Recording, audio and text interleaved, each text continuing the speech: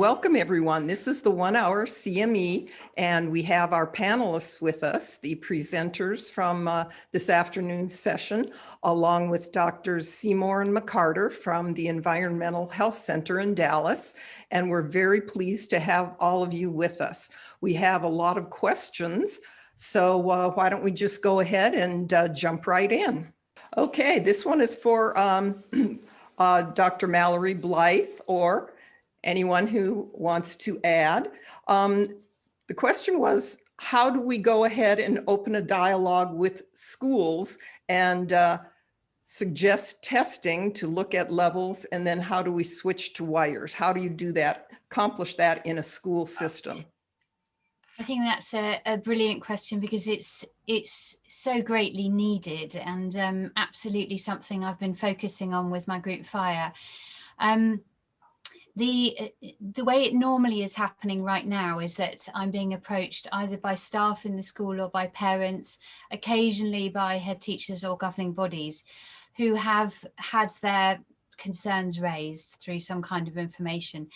And I think it needs to be a step-by-step process, because it can be a really large change for a school. But there have been successful cases here that I've worked with where we've actually taken state primary schools and who were using a fully Wi-Fi system and converted them to a hardwired system where we've used measuring devices to ensure that it actually worked. And obviously there are restrictions, especially if there are fields coming from outside the school that can make it more difficult. But in terms of opening the dialogue, that's something I think we're working towards, unfortunately, quite slowly. It's slower than it should be. And of course, that's because of the same resistance that we're facing in all the other fields, really, which is acceptance of it. Now, private schools have a bit more autonomy to decide how they want to play it. And we've also got a situation where some private schools here in the UK are starting to wake up to this issue and be very proud to offer parents a choice and say, well, actually, we've decided to take a health first approach to learning, quite rightly. And they're advertising that. And I think that will be the first step, that schools that have the autonomy to do it will. And then one by one, some of the smaller state schools that that feel that they're able to will start converting. But you know, I understand it's a difficult position that parents are in right now. Thank you. And we're just going to kind of jump all over the place because we have questions from all over the place. And this would probably be more for Dr. Seymour and McCarter. Since you do a lot of IVs, how risky is phlebitis or any secondary infections? And is there such a thing as more complications occurring over time because some of these people need long-term IV support? We generally don't have, in the 6 years that I've been at the Environmental Health Center, I don't think we've had one patient that has had phlebitis or anything of that nature. We do get patients that infiltrate because they have vascular issues, but that is always a concern. How many IVs do they need, and how often do they infiltrate, and how good are their veins and their vessels? So yeah, but we've never had, as far as I know, since I've been there, had a patient with phlebitis. And I'll just add that usually the patients have frequent IVs and then they need less and less of them. So they tend to be okay after a certain period, usually a few months. We have no problems. May I ask a question? Sure. Have you ever had the need to have ports put in to patients? Could you address that? We have. It doesn't happen very often, a couple a year. Some patients already come to us with ports or PICC lines. PICC lines we usually will do more often than ports, but we have a nurse that comes and places them, and but that's pretty rare. Okay, great. Now we have some questions for Dr. D'Adamo. What are some of the key factors in making informed dietary supplement choices? I know there are many, many practitioners out there who are suggesting supplements, and we get questions from our patients all the time. Is A better than B? where do we send them so that they know that they're getting a good quality supplement? This is a common question for us. Yeah, it's an incredibly important question too, because the quality varies so much from brand to brand. I mean, I think there's a number of different sub-questions within that. The first of which is need to have clarity of the ingredients. That is first by reading the label. I'm generally not real crazy about proprietary blends for a variety of reasons that actually tie into one of the other things I think people should look for. But you like to know clarity on exactly what is in a supplement and how much of it is in that. And frankly, what type of, whether it's an herb, what species, if it's a probiotic, what strain, if it's a vitamin or mineral, what the binding salt is. So a careful examination of the label.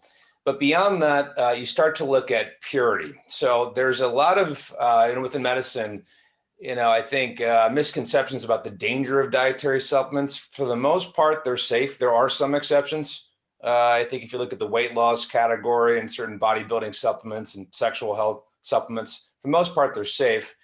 But the question on is what's on the label actually in the bottle. So there's some resources, some of which are free. Labdoor.com is one that's tested many off-the-shelf products that will, looks for purity and efficacy in terms of what the formulation looks like. ConsumerLab.com is another one that actually has a membership charge for that. But then you really look at too, what's the efficacy of the product? So PubMed, I mean, that can be a little bit difficult, I think, for some patients to navigate, but Examine.com is one that I really like, that I personally go to just because it's so frequently updated. But I think with that combination of, getting clarity what's in the product, looking at some of that, what are the third-party labs that are out there. Sometimes the product itself will say that it's NSF certified or USP certified. Or other third-party labs. And then finally, just making sure that there's some evidence for it. So, rather than going brand by brand, because each category has its sort of brand stars and not so hot ones, but those are some tools I think that can be helpful both for clinicians and for patients. Thank you. And we have a question. Are there any sites that assess quality of Canadian supplements? And are those different, or do we have crossing the international border with supplements? Well, there actually is quite a bit of crossing of international border.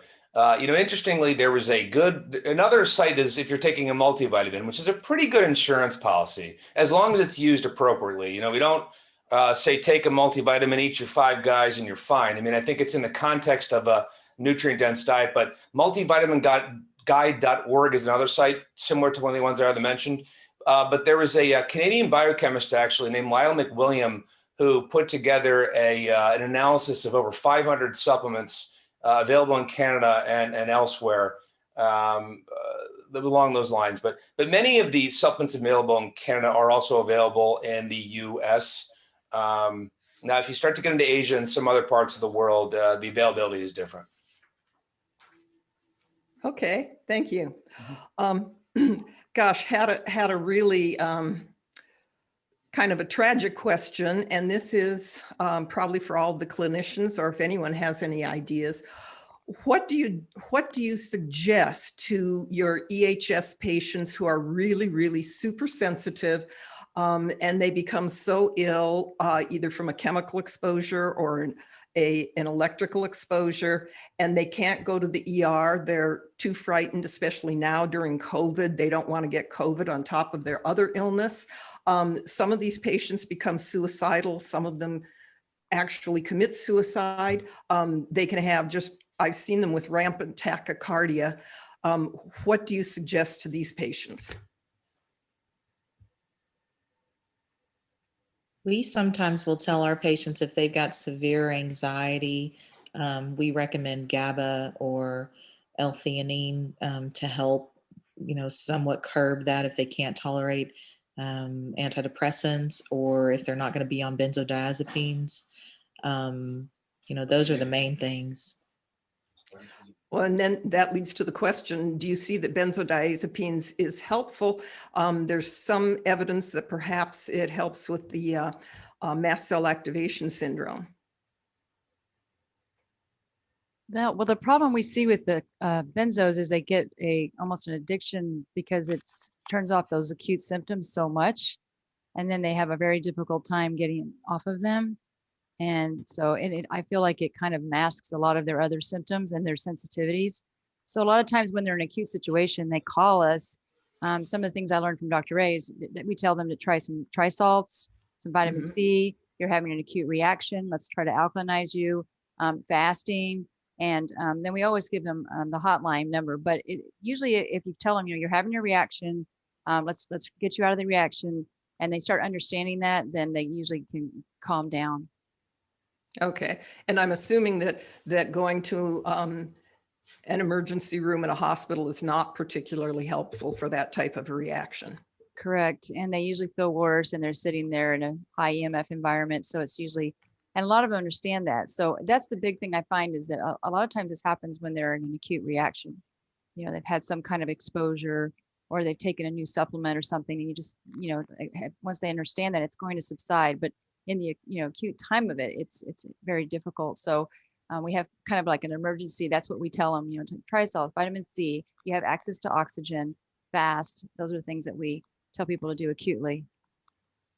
We're seeing a big problem with this in the UK actually, and this is another kind of place where I've often been asked to give emergency advice because people are frightened to call an ambulance, they're frightened to go to ER. I think there's a lot of circumstances where unfortunately that is still the best thing for them to do.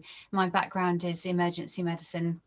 And as all of us know who've worked there, there's only so much you can do in the field for certain issues. But this is the reason really that we've got to start making safe areas of hospitals for acute patients. And it just isn't that difficult. We just had that brilliant lecture on shielding and several lectures, in fact, on how to make low EMF spaces, low chemical spaces. It's not a difficult thing to do for even a small area of a hospital. And that's certainly, again, one of the initiatives I've got running is to try and increase awareness and education. And when new hospitals are built, that's a brilliant opportunity to make safe areas like that. I was going to ask that of Peter, do you have any hospitals that have consulted you? No, not at this point in time. They have made a very low EMF neonatal unit in, I believe it's Cyprus. They've taken a neonatal intensive care unit and massively reduced the fields in the incubators, etc., which is a brilliant pioneering start. If I could ask a few questions. Oh, sorry, go ahead, Joe. Thank you. For the clinicians who deal with EHS, excuse me, with the COVID pandemic, have you observed anything that's coming into your clinical practice suggesting that patients who have that condition are more susceptible or less susceptible to COVID? Our patients typically are already, reclusive and they don't go anywhere. So our patients are basically not having any problems that we have seen. In fact, a lot of the patients say, people are now living the life that we live, that they've been forced to be, forced inside and not to go anywhere. So yeah, we haven't really seen that. And we do mostly telemedicine, but our patients haven't really had any problems. We just wanna are add a few- fearful, though, that there is a chance there's going to be a lot more chemically sensitive patients because of all the phenol and the Lysol that's being used, all the alcohols. Dr. McCarter and I just kind of said the handwriting's on the wall. We know that the amount of patients that are coming in with chemical sensitivity is going to increase over time from this pandemic. And that goes back to the hospitals, and like Dr. Mallory Blythe was saying, they're using so many sanitizers and strong chemicals in the hospitals as well. Yes, Just a little addendum, Stephanie, to your question about the hospitals. There is one facility, it's called the Sanoviv Clinic in Rosarito, Mexico, who is actually in the process of making some improvements on the EMF side in their guest rooms or their patient rooms. What's the name? I've heard of that. What's the name? Sanoviv. As you spell it, Sanoviv, Viva. Okay.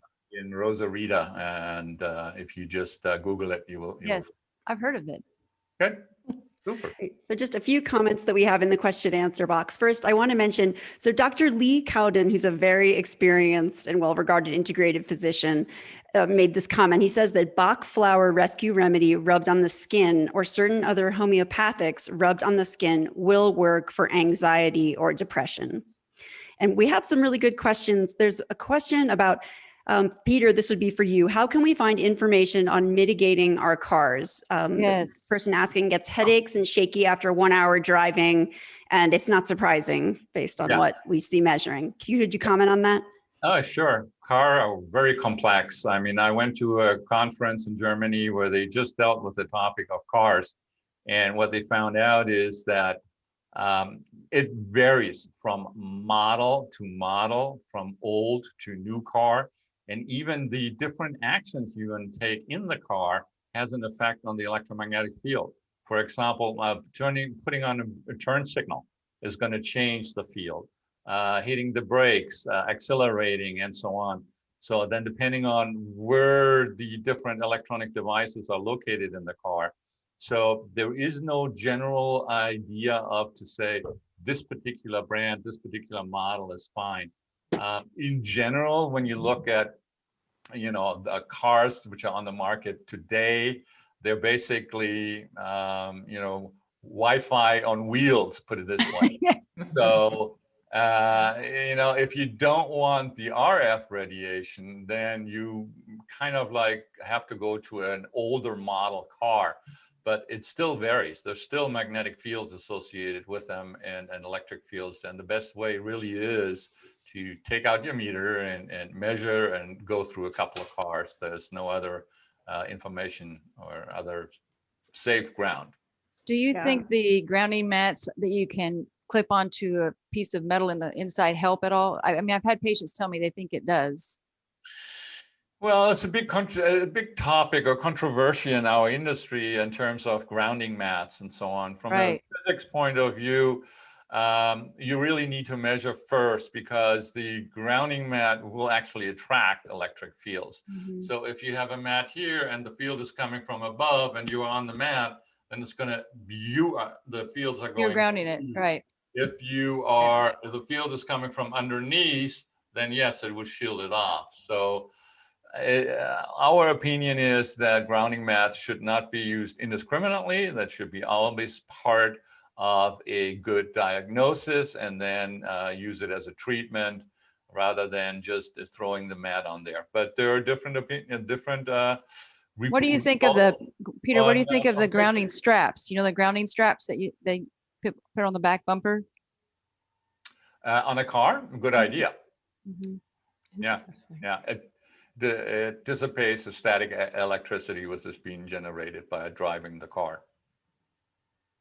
Yeah. Maybe it would be a good time to mention for some of the people just that the airplane mode on telephones now, on the newer phones, doesn't shut off the Wi-Fi. So it is possible that people are still getting in their cars with their phones on airplane mode and not realizing that they're not disabling all the RF on the cell phone. Yeah, and that's why I only can iterate one more time. It would be prudent for every individual to really have a little EMF meter with them to where they go to find out what's going on in that environment. Right. Okay. And Christy, I have one more question here from our audience. This is for Dr. Mallory Blythe, that you spoke about a possible diagnosis tool, the lymphocyte sensitivity test. Could you talk more about that?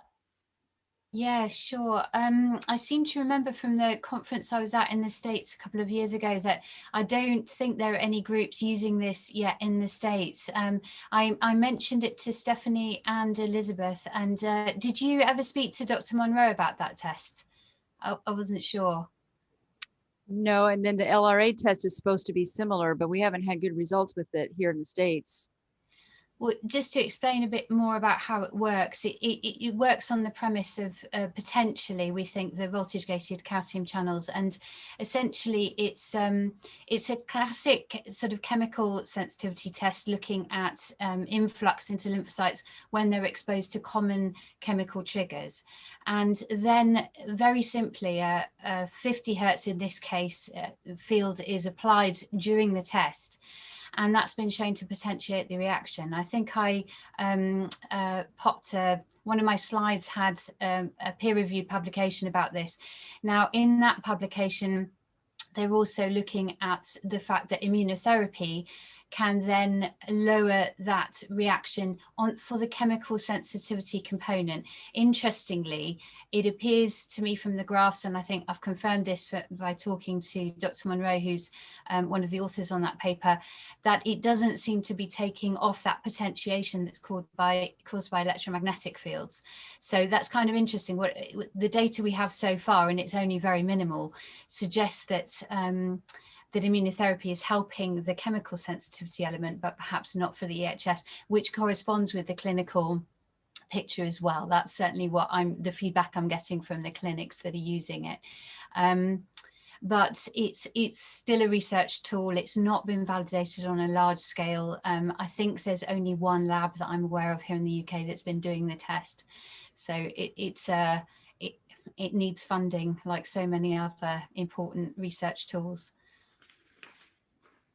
Just a quick word, going back to emergency as well. This has been a big problem that I've seen over here. And I would say people with EHS, I'm aware that it can feel really intimidating to call ambulances, but don't forget that when somebody calls an ambulance, the paramedic crew comes out, and that does not obligate you to get into the ambulance and go to a hospital, but there's a huge amount of monitoring and assessment that they can do in your home or wherever you are to at least try and determine if there's any emergency treatment that appears to be required. So I would urge people, if they think they have an emergency situation happening, don't stop calling the ambulance. Ask them to keep phones off, maybe to leave the ambulance further away and walk to you. But I think it's a real shame when occasionally we see people who've put off potentially life-saving treatment because they're worried about the ambulance crew coming.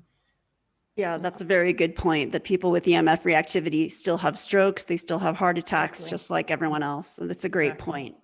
Christy, do you want me to ask more questions, or would you like to? Well, I've got a few more here. Go ahead, you ask, because I have a very long list. Yeah, I do too. Good, okay. A lot of interest. Yes. I wanted to ask, lymphocytes are fairly slow-growing creatures. Their metabolism is very different than neutrophils, for example. So it doesn't really surprise me that maybe the lymphocyte test is not reacting as quickly with EMF, which sort of requires almost a more rapid reaction.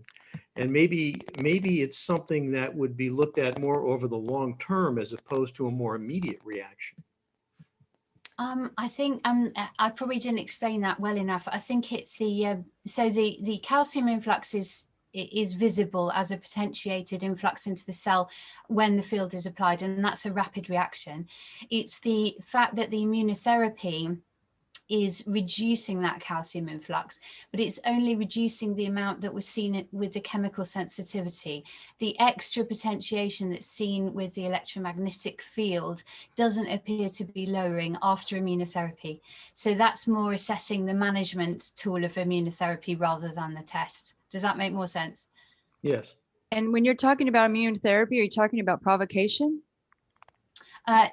So the best person to speak to about that is Dr. Jean Monroe. She's doing it at Breakspear Clinic, and I think they do a very similar immunotherapy protocol to yourselves, actually.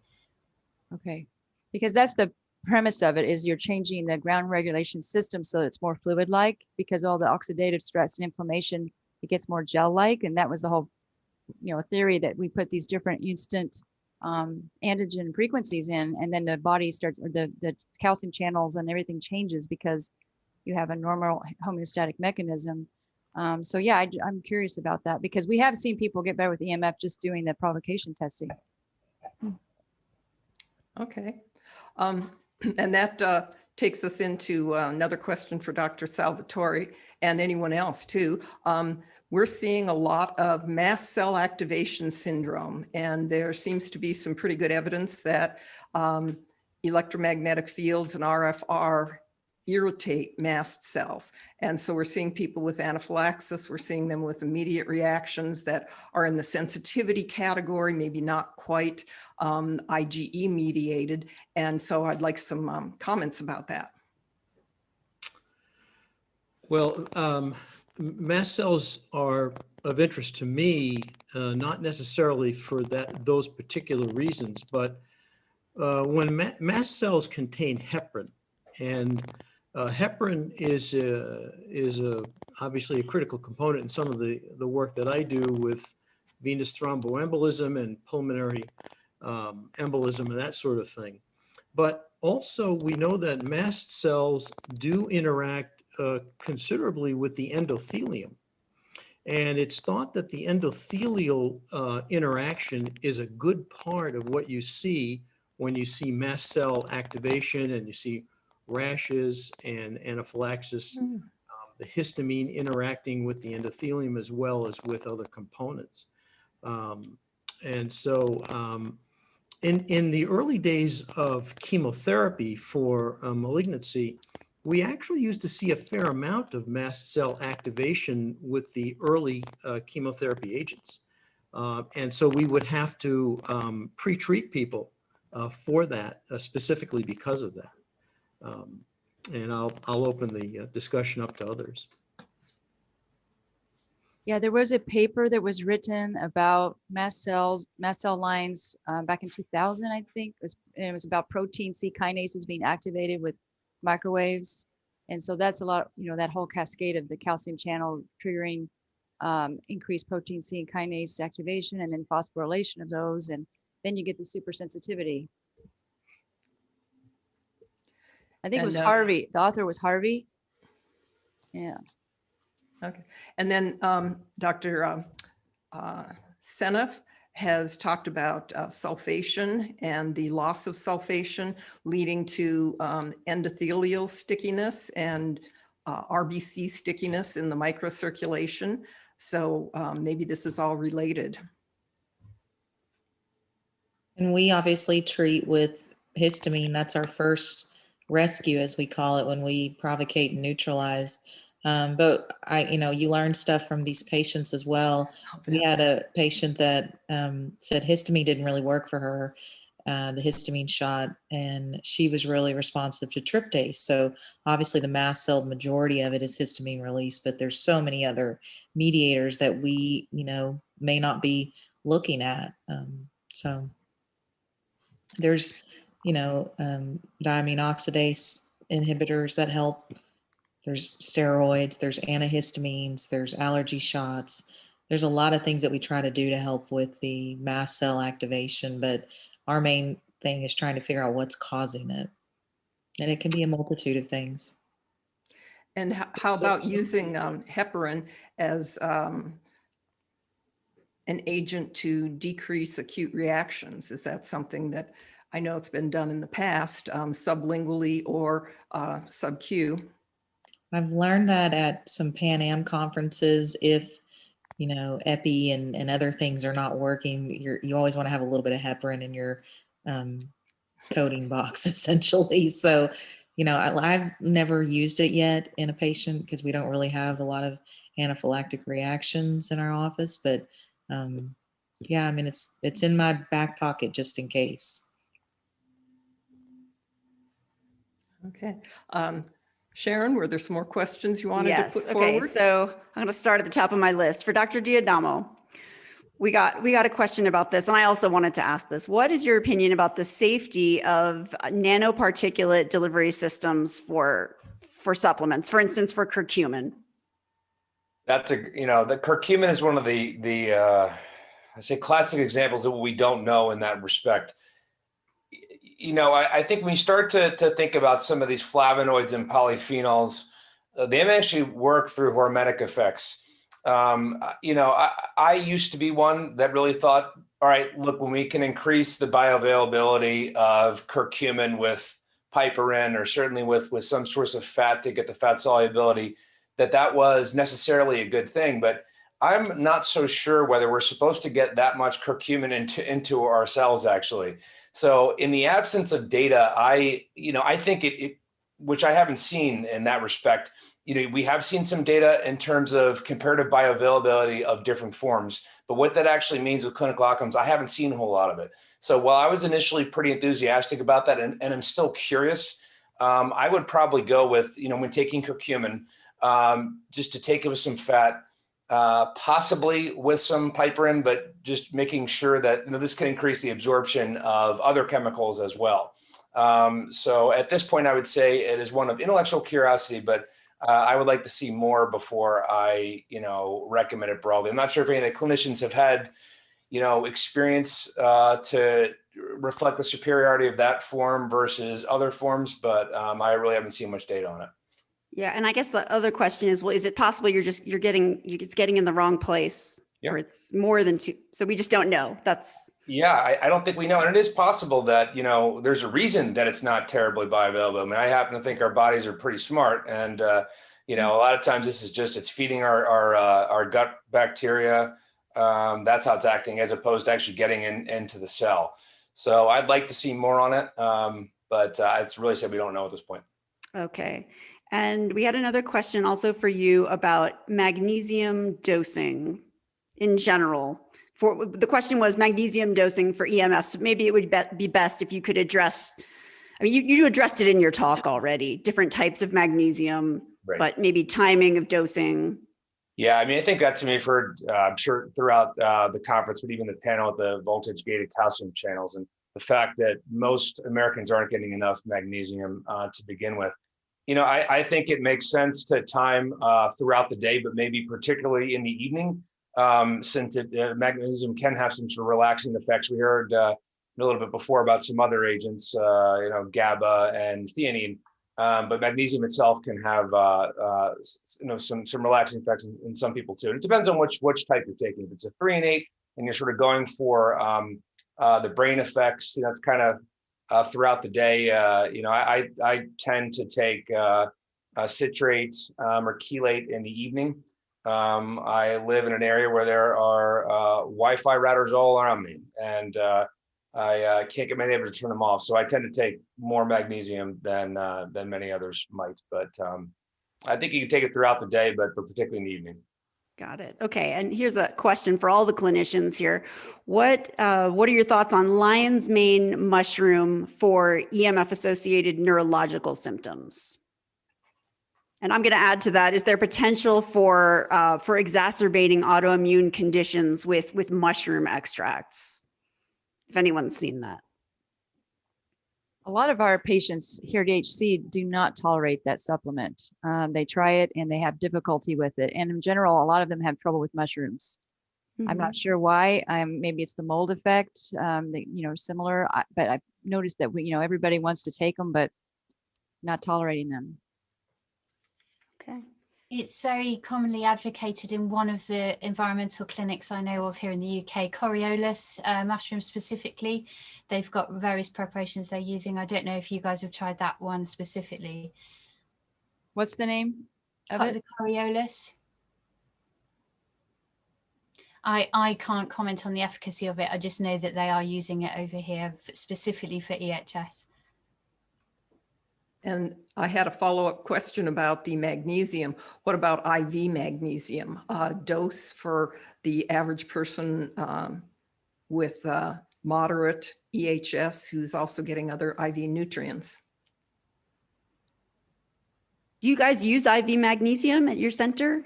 All the time. That's probably the number one thing. If patients come in and they have a lot of sensitivity, a lot of times they can't tolerate all the IV ingredients, but you give them, we give actually, Dr. Ray taught, we give 30 milliequivalents and they calm down quickly. It's wonderful. Wow. But you have to be sure they're not sensitive to mag sulfate or mag chloride. So that's something we sometimes have to, first skin test them and make sure, it's a fabulous way to that's the number one thing to calm down the system is that magnesium IV. Interesting. And they go home sleeping well and they relax and they have normal bowel movements. And it's a powerful thing that is underutilized. And to me, I think it was underappreciated when I was in med school and residency and private practice until I learned about IV magnesium. That's so interesting because I remember being taught in residency that there was really no point in giving IV magnesium because then it depletes your kidneys end up excreting more afterwards. I mean, maybe that's one of those medical urban legends or something, but I remember learning that. It's so funny how we're taught stuff. That's interesting that it's so useful. Okay, so another question related to supplements. for any of the clinicians. Are there any issues with vitamin E added to the omega supplements? And I think what they're getting at is the sort of the mono supplementation of one type of tocopherols and the association with increased cancer. They were asking if there's a problem with vitamin E. I'll comment on this first. I actually did my doctoral work on vitamin E, so it's dipping back into a number of years ago. High levels or high amounts of vitamin E or alpha tocopherol can deplete gamma tocopherol. I think some of the concern about cancer might be a little bit overstated, I think whenever you can get mixed tocopherols and potentially tocotrienols along with that is probably a good thing. And, and maybe just relatively lower doses of alpha tocopherol. But I personally am not as concerned about cancer with that, looking both at the data, some of we see in observational studies and so on, but I haven't found that really too compelling. Right. So it's mixed. Like they should be taking mixed tocopherols as opposed to just one type. Exactly. I mean, in a lot of products today have mixed tocopherols. I mean, vitamin E to me, you can get a lot of alpha tocopherol in the diet to begin with.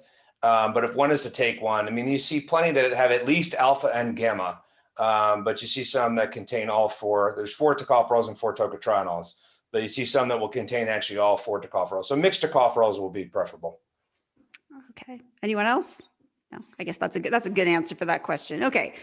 We have another question here about tests diagnosing Lyme disease. And this is also something that I think was important to ask you guys, because you mentioned the IGeneX test, which everyone seems to talk about as the gold standard for diagnosing Lyme, but it costs a fortune. Are there any alternative tests that you use, Stephanie and Elizabeth, that are more cost effective and that are still sensitive and specific? On the rare occasion that a Western blot from Quest or LabCorp comes back positive, other than that. One of the things with the Lyme community that there's another doctor who treats Lyme in our area that I've learned it seems to correlate is the CD57 count. Because they say, as I said in my talk, a lot of times the IGeneX may be positive, but the patient's not making enough IgG at all. So it's a false negative. And so we see that a lot. But basically, if you see a CD57 that's low, that's kind of pathognomonic that there's probably Lyme. Okay, that sounds great. And the second half of that question, and maybe we shouldn't go here because this is a really complex question. They're asking, how are you treating Lyme disease? You want to answer that? I mean, that's that's like 2-hour talk. That is, yes. Yeah. So maybe, do you want to pass on that, or you want to give a 1 or 2 sentence answer? Well, yeah, we basically have found that, and this was presented in another conference, that if you treat toxicity, you can see a lot of these Lyme patients get better.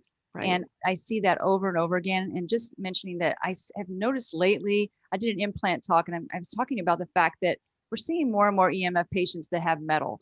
This younger generation, I don't know if it's just they're bioaccumulating, they have a lot more implants, but there seems to be a connection with the Lyme diagnosis. And my theory is that there's a biofilm situation going on.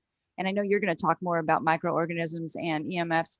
And I think there's a whole connection there. And unfortunately, when you look in the literature, I haven't seen anything with Lyme and biofilms except maybe one case. But, it's documented well with implants that you have staph and you have these biofilms that get generated. And I think it makes sense that if your immune system is low functioning and you have this area of your body that is easy for nutrients to not get to, and you've got this organism that's very clever, then you're going to have this problem. Yeah.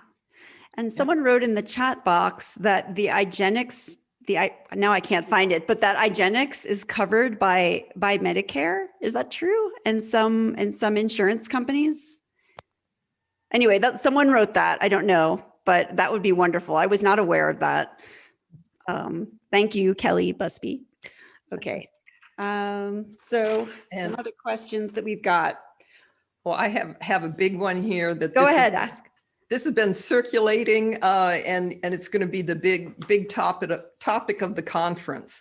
Okay, Peter Sirik, can 5G cellular radiation be measured and shielded?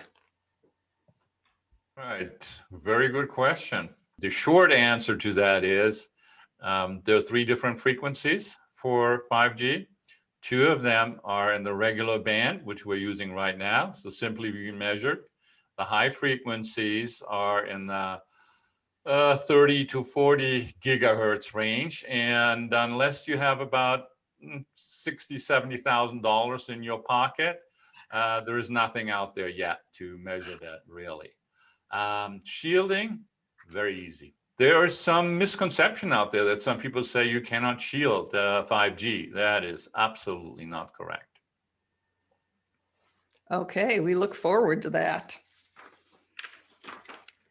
And we have a question from a clinician who says, can the trigger for EHS be an infection, even COVID-19?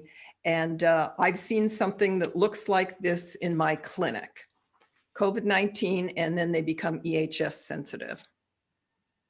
I think so. I mean, I always look at the patient's barrel, and if you've got a chemical factor that's overloading them, or a psychological factor that's overloading them, or a biological factor like mold that's overloading them, and then you add a virus on top of that, and then let's add some physical electromagnetic field stimulation, then they just get overwhelmed, and their immune system can't tolerate, can't keep up with the amount of toxic incitants that it's being exposed to. So yeah, I mean, I definitely think that predisposes patients if they have certain things like heavy metal toxicity, or, they get shingles, and then by the way, they get COVID. Absolutely. And we've seen that. We've actually seen patients who are coming now, and as in my talk, I say, there's an event that seems to trigger people that their barrel's been slowly filling, but they're not aware, or they've been, medicated, and so they don't know they have these issues. And we've actually had a few patients that's exactly what happened. They got a COVID infection, and now they're completely EMF sensitive, super sensitive to everything. So yes. Mm-hmm. And how about the long hauler COVID? That's probably kind of an MECFS type of situation. SIRS, right. Yeah. I'd support those comments as well. I can't really comment specifically on COVID, but I agree with this principle that we're seeing a burden, a load, and it can really take such a strong variety of forms. It's a stress response. It's part of the sensory upregulation that in some ways you can interpret as quite physiologically useful. It allows people to be more clear about what's precipitating their symptoms. I mentioned earlier that I'm not keen on the term non-specific when we talk about these symptoms, but what we've ended up doing, which is what we often do in medicine, is giving labels to certain endpoints and manifestations. So EHS is got a different label to MCS.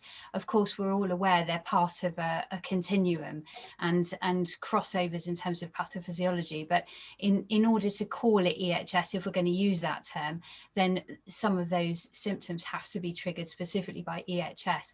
But the constellations are the same time and time again when somebody's burden has reached a level where they need that sensory upregulation to some extent to start working out what seems to be precipitating their symptoms. And another question for Dr. Salvatore, and this has to do with the static magnetic application of physical force. And I'm assuming that this is fairly new treatment. I haven't heard of it before, but can you kind of give us an idea what that looks like clinically, where that's going to go? And so if somebody has metastatic bone lesion, and for whatever reason, would this be a treatment for it, or can people sit at home and put magnets on themselves, and would it be helpful? The answer to the newness of the treatment is that I don't think any other group had ever applied a static magnetic field to a patient receiving chemotherapy before. And so it was part of our concept that we were using a magnet or magnets which could be manipulated in such a way that they would be compatible with home use. That was the point. Many other therapies that we do for anti-neoplastic therapy must be done either in a clinic or a hospital or other kinds of environments. But you know, what we're trying to get to is, if you receive chemotherapy on Monday and you go home and you apply a static magnetic field in a certain way on Tuesday and Wednesday, have you actually provided an adjuvant therapy to the chemotherapy without undergoing the kinds of problems that you get when you have a radiation, a standard X-ray radiation therapy field? And so whether or not the static magnetic field ultimately will prove to be that, we don't know. We're currently, it's been a number of years, and we're still analyzing data on patients who are still alive, who were treated 10 years ago and with some of these therapies. We're now looking at using these same static magnetic fields with the newer therapies. And I think some of the other clinicians have talked a little bit about some of the newer immunotherapies, for example, and whether or not these new therapies can also or possibly be manipulated by applying a static magnetic field. So that's part of what we're aiming for. There have been other groups who have applied static magnetic fields, but just a magnetic field. In my talk, I had two papers side by side, mine and a paper from Italy, and the paper from Italy used magnetic fields, but that was the sole treatment. No one else has ever tried to apply a magnetic field, a static magnetic field, with the infusion of chemotherapy before.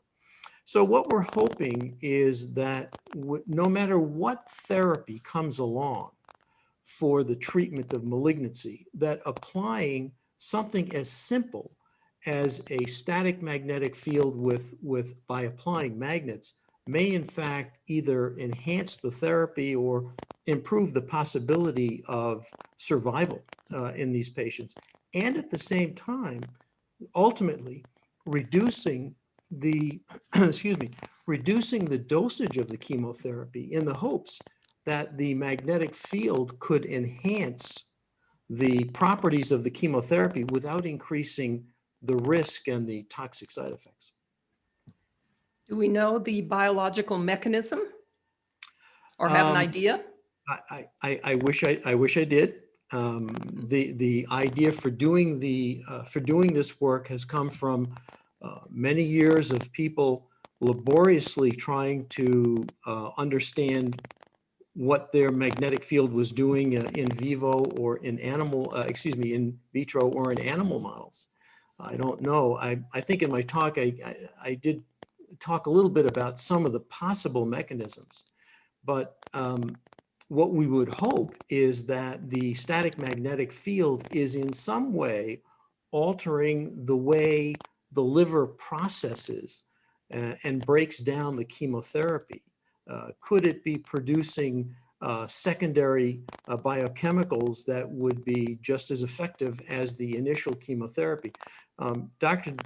D'Adamo may be able to address this better than I, but in the pharmaceutical world, there's as pharmaceuticals pass through the body, they go through first and second pass breakdowns and changes, and we don't know if we are altering that because we have not been able to get funding, for example, to study some of these pharmacokinetics, which I think would be very helpful. Thank you. Yeah. Sharon, I'm sure we have some more questions. We have so many questions. How much time do we have? We probably have about 10 or 11 minutes. At 6:30, there is another program that will be starting. Okay, so for everyone who's asked all these questions, I apologize in advance if I don't get to your question, because there are a lot of questions here, and we have ones from earlier. So so let's just ask this. I promised Dr. Baldwin, he said, please, you have to make sure that this comes up, because it was a question that was raised earlier during the day about the shielding devices for cell phones. So Peter, can you comment on that about the problems with using a shielding device for a cell phone? And he also wanted it mentioned about bed canopies, the caveats, how bed canopies need to be used as far as measuring and ensuring low electric fields. Yeah. Could you? Well, first of all, using a shielding pouch for a cell phone is a good thing. I mean, you are carrying it on your body, and there was a very good presentation this morning about that we carry it on our body, women very often in their bra, men's in their pockets, and now the phone is directly on the body, and that exceeds actually the FCC standards for exposure. So it's always a good idea to have some kind of a pouch or some kind of cover on your cell phone while you are carrying it on your body, in your purse, and so on. So that was the first part of the question. Very often I get the question is, well, if I have a shielded room, what actually happens then? Can I still make a phone call, or do I make the situation worse? And it really depends on, first of all, shielding does not mean blocking. What it means is a reduction of the field. So in some situations in a shielded room, you could be still using your cell phone and make a call. However, what will happen is that the cell phone will power up its energy so to overcome the resistance in the walls for the signals of propagation. So you should not necessarily use a cell phone in a shielded room because of the powering up. There's some concept that people say, oh, well, it bounces off the wall and then it comes back. Yeah, it does, but the field reduces itself proportionally with distance. So as it goes towards the wall, it loses power, and as it comes back, it loses even more power. So the amount which is actually coming back in my book is relatively insignificant to holding the phone in your hand. There was a second part to your question, which I kind of forgot right Sorry, now. it's a secondhand question that Dr. Baldwin asked me to ask, but I think it's the point that he wanted to stress about bed canopies, about the bed potential canopy. pitfalls of using a bed canopy without having a building biologist check the room. I think in general, those are the simplest way to shield yourself from RF or radio frequency radiation. Now, some of the fabrics are able to be grounded, and other fabrics are not able to be grounded. So I'm not sure if you noticed that in my presentation, when we measured the field inside the bed canopy, when it's totally closed and the entire curtain is on the ground, then the shielding effect is very good. However, if you leave one section open, the efficiency of the shielding goes way down. So ideally, what you also have is on the bottom, a piece of the shielding material, the fabric, the shielding fabric. So when it falls down, it falls actually down onto the shielding fabric material in itself. I personally, and this is just my personal opinion, feel claustrophobic inside a canopy. And I like a lot of fresh air and open windows and things like that. And since it is a fabric, it's going to restrict somehow the air exchange. And so that is one of the disadvantages I see. But it then again depends on the individual. If they feel much better with the overall condition and don't have a problem with with fresh air, then that would be the easiest solution. Yeah, I can add a little anecdotal to this too. So I have a canopy. I mentioned I get about 0.3 voltmeters where I live, just given all of the Wi-Fi that's around. 0.3. 0.3, yeah. But with the canopy, it needs to be tight, like you said. It needs to have something underneath. So I have both I think it's a Swiss block fabric. I forget what it is, but it goes down pretty much to zero. And I wear an Oura ring and quantify my sleep. Both my wife and I have had great increases in our heart variability, which is desirable, and increases in our deep sleep. having purchased that. So but I will say this, it is a little bit stuffier in there. Now she likes a warm bedroom. I don't. So for her, it works out nicely. It does keep it a little bit warmer, but but it's amazing when that's left open a crack. It really, it does I use an Acousticom too. It does seem to not be as effective. Thank you for verifying what my experience is. I have And a question. Can I Oh, ask real go quick? ahead. I've tested those shielding devices on my phone, not the pouch, but the ones that you can put your phone around. It's not completely shielding everything, and it seems to make it worse. It seems like, when you make a call or you're doing anything, it seems like because it's looking for the phone and it's partially shielded, that you know what I'm talking about, like the Safe Shield and those different ones. Something where you flip it open? Yes. And so the phone, it actually measures much higher. It's like it's trying to find, because the shielding is partial, it seems like this, it's like what you said, if you're far away from a tower, it's powering up to get. To Yes. yeah, Yes. I personally use a pouch, and if I need to make a phone call, actually I try to text. That's the way to go. And taking it out of the pouch, Gotcha. holding Yeah. it away from your body, putting it back in the pouch, and then putting it back onto the body, rather than using a flipping device. Yes, that can cause higher fields because the phone needs to power up to get the signal. I wanted to get back to a two-part clinical question, and this would be for the clinicians. So number one, what would be the advice for the average doc who has an office and they have a patient come in, they're suspicious of EHS? What would be the one thing you would want them to do? And then the second part of the question, what would you look for in underlying diagnoses? I personally would start with IV nutrients. Most of our patients have malabsorption. They don't assimilate well. They probably don't eat a great diet. They may be taking supplements that they're not absorbing. That's generally where we start. And then really it's education. That's what most family docs and internists are doing, is trying to educate their patients about, how do I know if I even have a smart meter on my house? There's a majority of our patients that come in, even with EHS symptoms, don't even know what a smart meter is, and don't even know how to go in the backyard or on the side of their house and look to see if it's a digital smart meter. So those are the first things, is educate them and definitely give them some IV nutrients, specifically magnesium. Okay.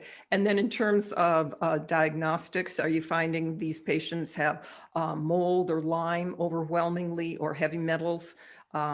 Is there a certain testing routine that you recommend? I know Dr. Mallory Blythe has some of those. We definitely check for heavy metals. It's just because there seems to be a correlation, but we look at everything. We ask them about their environment. We ask about floods and leaks and pipe burst and, risk. How old is their home? Good. We look at all those types of things and try and rule out or rule in, and let them know if we may need to test for heavy metals, or we may need to test for different solvents in their body. Or urine mycotoxins. Yeah. One issue that we have here in the UK is that, believe it or not, GPs sometimes have restrictions where they've literally got to see somebody and make a diagnosis within 5-10 minutes. And so whilst I'm desperately pushing to try and get primary care physicians recognizing this, which, a lot of patients now are actually bringing the diagnosis on a plate, they've actually worked it out. And there's obviously a problem with awareness for GPs, but I'm being contacted by more and more of them who are asking for advice on what to do in that very first appointment. And so I have made a leaflet that's available on the FIRE website. It's a trifold leaflet you can just print out from any printer and give it to the patient. And it's just the first line, very basic advice about some simple procedures to reduce exposures, things like air tubes, airplane mode, type of landline, these kinds of things. And I'm going to bring out a more comprehensive one for people who need a higher level of avoidance. But for that very first consult, that's a good place to start, I think. Okay, we just received a 3-minute warning. So Sharon, was there any other pressing questions? I think we have one. This is an important one to discuss for our clinicians. The question is, can you comment on the carnivore diet for EHS? But I think that the best way to phrase the question is just to talk about your dietary advice and in the context of antioxidants. And I think would be a good way to close the discussion. Right. So our patients, as I talked about in my talk, the microbiome, I think, is the most important thing. And when they've come to us, and a lot of the patients you see, they've had mold or they have metal or they have something. So they definitely have a propensity to have yeast. And so that's why the carnivore, kind of the paleo diet, seems to help them initially, because they have so much yeast that if they eat, very much fruit or grains, they continually have more symptoms. Their EMF symptoms shoot through the roof. And oftentimes they'll actually have, just a point to make, when they have die-off, they'll have increased EMF symptoms and they'll think they're getting worse. But probably most likely it's, they're having some die-off of this yeast symptoms. And that's why you have to be very careful about how you, treat that, because if you give them a lot of antifungals, and especially when they've been in a lot of mold, they can get very weak from all of that and feel much worse. So what we have found that typically, you go back to our ancestors, they ate meats, nuts, and veggies, and not a lot of grains. And I know people have talked about Dr. Gundry's diet and lectins. We do find that dairy and cow milk dairy and gluten tends to cause inflammation. And, even if they skin test okay on it, we don't really usually encourage it, because you want to decrease inflammation. So it's all about what bacteria are you feeding and which ones are you starving. And what we have found is colon hydrotherapy is extremely helpful, because you've got a boatload of usually SIBO and the liver's full. And so they need something more dramatic, but you have to go, again, be careful with the really EMF sensitive patients, because they may only be able to do enemas initially. But that has been, for our really sick patients, that has been a godsend, because it's like this 100-year-old doctor taught me.